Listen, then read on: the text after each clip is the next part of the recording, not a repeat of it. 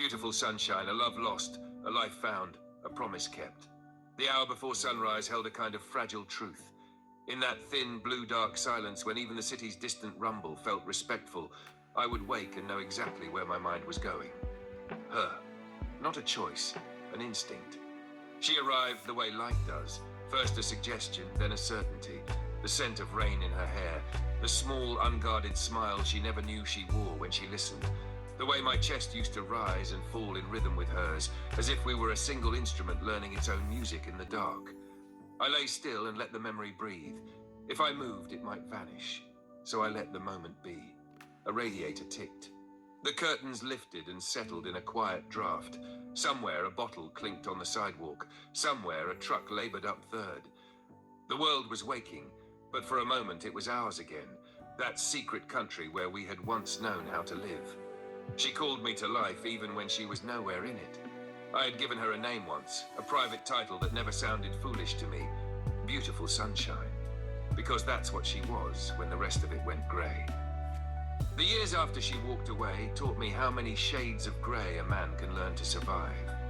Work, noise, a rotating cast of faces that asked for little and gave less.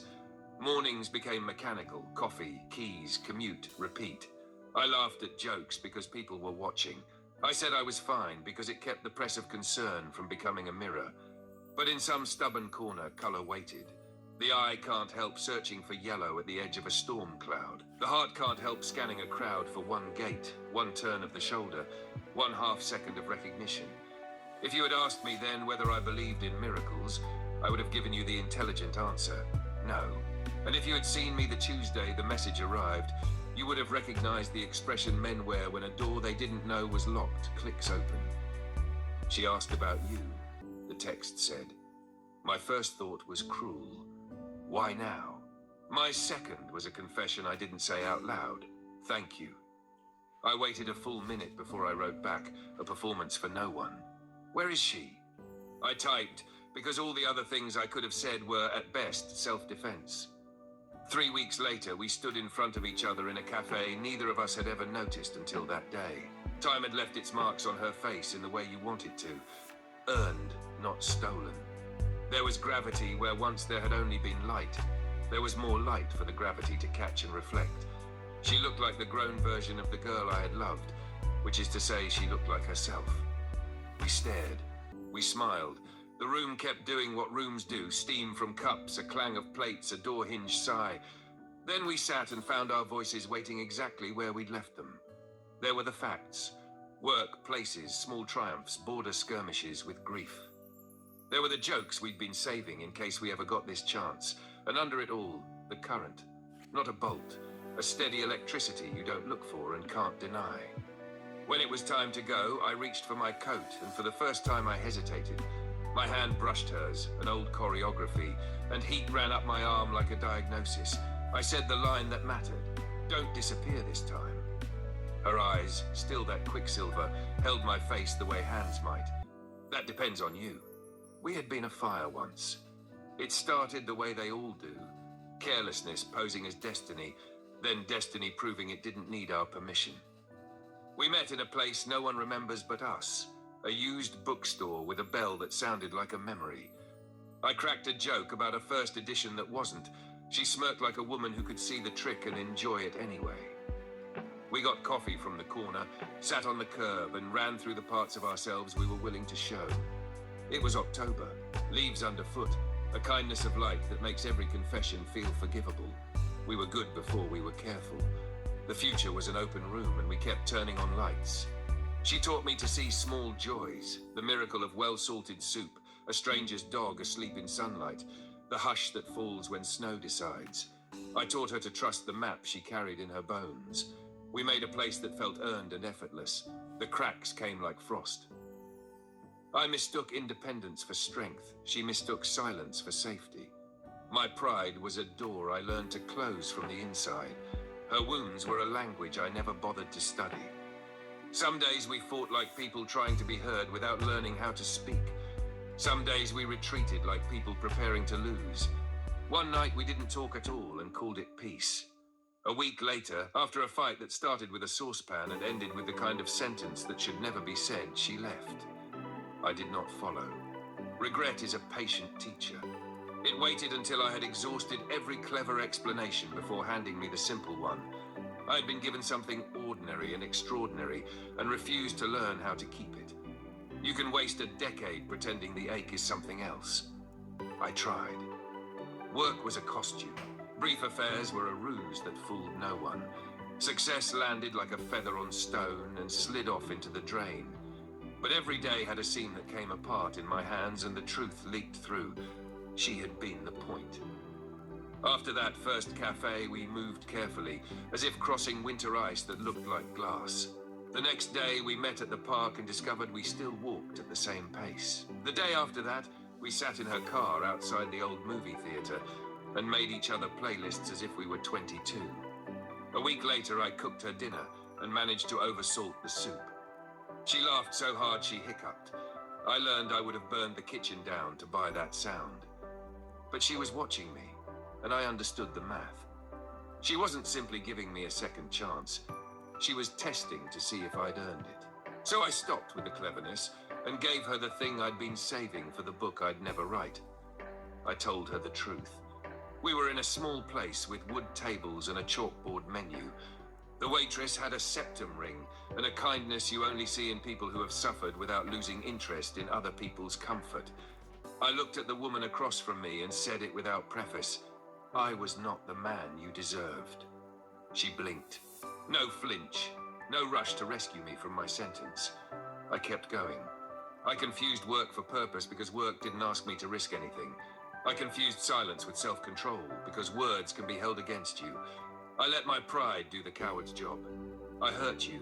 I left you to carry your own wounds while I polished mine into excuses. I am sorry, not a performative sorry, not a negotiating tactic, the kind that makes a man different. I won't lose you a second time. I will shield what we have from whatever tries to dim it, including me. There is a way the face softens when belief, cautious and bruised, allows itself to nod. Her hand found mine. Then don't tell me, she said, voice low enough that it felt like privacy even in a crowd. Show me. It didn't happen in a montage. It happened in days. Mornings began with coffee on her porch, where a line of sun would climb the neighboring brick and set a single window blazing. Afternoons found us in the ordinary places we had once sped through. Laundromats, markets, aisles with 27 kinds of olive oil. Evenings were an inventory of quiet pleasures. A walk after rain, a book read aloud badly, the discovery that we still found the same sentences funny for opposite reasons. We learned the new habits of each other and told the truth about the old ones. When I felt the instinct to retreat, I said so and stayed put. When she felt the instinct to check the exits, she said so and took my hand. I stopped over-promising. I started keeping score of small constancies. She stopped measuring me against a ghost. She started letting me prove I wasn't one. Love, when it grows up, loses interest in fireworks. It becomes a daily practice that neither humiliates itself nor hides from duty. I became a man who took out the trash without being asked, because I had learned how to take out my pride without being praised. She became a woman who let me carry a box that wasn't heavy, because she had learned how to let herself be helped without feeling like a burden. The test came in winter. It was not dramatic enough to teach a network executive humility, but it did the job on me. She got sick in the way that makes time elastic. ERs at 2 a.m. Fluorescent lights that show you who you are. Waiting room coffee you bless for being warm, not good. I drove. I sat. I paid attention. I learned the schedule of her medications and the choreography of a nurse's kindness. When she could not sleep, I told her stories about the dog we didn't have yet, and the places we would go when the thaw came. I called her beautiful sunshine and meant it more in those grey hours than I had ever meant it in June. When the fever broke and the colour came back to her face, she cried in a way that was mostly relief, and in the quiet afterward she said, "You kept your promise." "It wasn't a promise," I said. "It's who I am now." Spring found us walking again, the way people do when they want to be grateful with their bodies and don't know what else to try. The city had thawed just enough to let green happen in public. We passed a street musician covering a love song we once hated, and found that time had taught us mercy. We let him finish and applauded like people who hoped applause could buy him dinner. At a crosswalk, she slipped her arm through mine and rested her head on my shoulder the way she had at 22 and 40, which is to say exactly as much as she wanted and no more. We didn't speak often about the first time. You can excavate the past until you find nothing but holes. Sometimes, though, in bed with the window cracked open to the sound of traffic and birds arguing in a plane tree, she would say, "I thought we were done." So did I. "What are we doing differently?" she asked once, not accusing, not doubting, cataloguing. "Listening," I said, "and refusing to win." She laughed softly in the dark. "That helps." Years happened while we weren't notarizing them. We bought exactly one piece of furniture together, a table scarred by the lives of other people, which made it worthy. We traveled twice. Once to a lake that was colder than the brochure implied, and once to a town where nothing famous had happened, which meant we felt no pressure to pretend we were changed by it. We learned the sound of each other's steps on the stairs. We named the neighborhood cats and got every name wrong. I learned to apologize in the present tense. Not, "I'm sorry you felt," but "I'm sorry I did." She learned to forgive in the form of an invitation to dinner. I learned to read her silences. She learned to interrupt mine. On the anniversary of the day we met again, we stood outside the cafe and admitted it looked smaller. I bought her a lemon bar because the first time I met her, she had said, without shame, that she considered lemon its own food group. She took a bite and made a face of such unguarded delight that I would have married her there if it hadn't embarrassed the man behind us who just wanted his Americano. "Do you ever think about luck?" she asked, licking sugar from her thumb. "All the time." "What do you call this then?" "Luck that didn't waste itself by arriving early," I said. She kissed me on the sidewalk and the city behaved itself. The letter began in the old way, in the hour before sunrise. Because some devotions don't need new rituals. I was at my desk, the room dark except for a lamp that had belonged to my father and pretended to be brass. She was asleep in the next room, a whisper of breath and the small rustle of a sleeve against a sheet. I had been thinking of writing to her for months, not because she needed proof, but because I wanted to put the vows somewhere that could survive a power outage. So I wrote, "Dear sweet, in the quiet moments before dawn, my thoughts are of you, my heart's desire. Each morning I awaken with your image illuminating my mind, and as the day unfolds, my thoughts continually return to you like a river to the sea. The melody of your voice, the simple grace of your words, bring a joy that transcends the ordinary. The mere thought of holding you close, feeling the warmth of your embrace, and tasting the sweetness of your kiss fills me with a profound sense of peace and love. Our hearts are entwined, connected by a bond that defies the constraints of time and space. My love for you is a flame that consumes my very being, reigniting my purpose and inspiring me to become the man you deserve. You are the most exquisite woman in the world, a beacon of light in an otherwise darkened realm. It is for this reason I call you my beautiful sunshine. You are the light that brightens my life. Reuniting with you after so many years feels like a miracle, restoring my faith in the mysteries of the universe. I am in awe of the forces that have brought us together once more, and I am eternally grateful for this second chance. I long to spend the rest of my days expressing my gratitude and devotion to you. When I gaze upon you, I see the embodiment of love and beauty. Your inner light captivates me, leaving me mesmerized.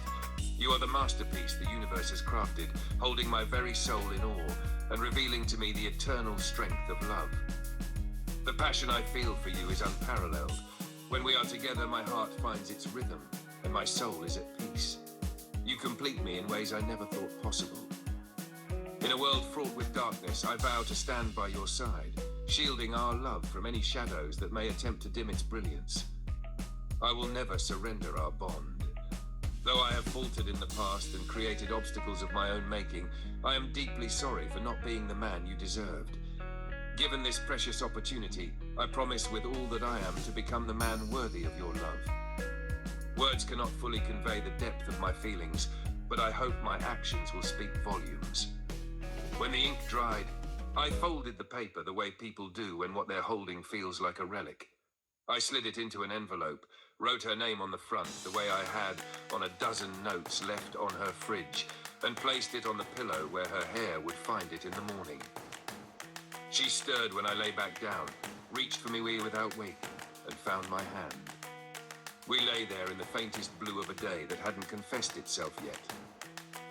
I thought about all the ways our story could have stayed an unfinished thing, a box in an attic. I thought about the discipline of luck, the way you have to be willing to be ready when the door opens. I thought about the man I had been, and the man she believed I could be, and how the distance between them had once felt like a cliff. It was a garden now, work, patience, a willingness to learn the seasons. When the room brightened, she woke.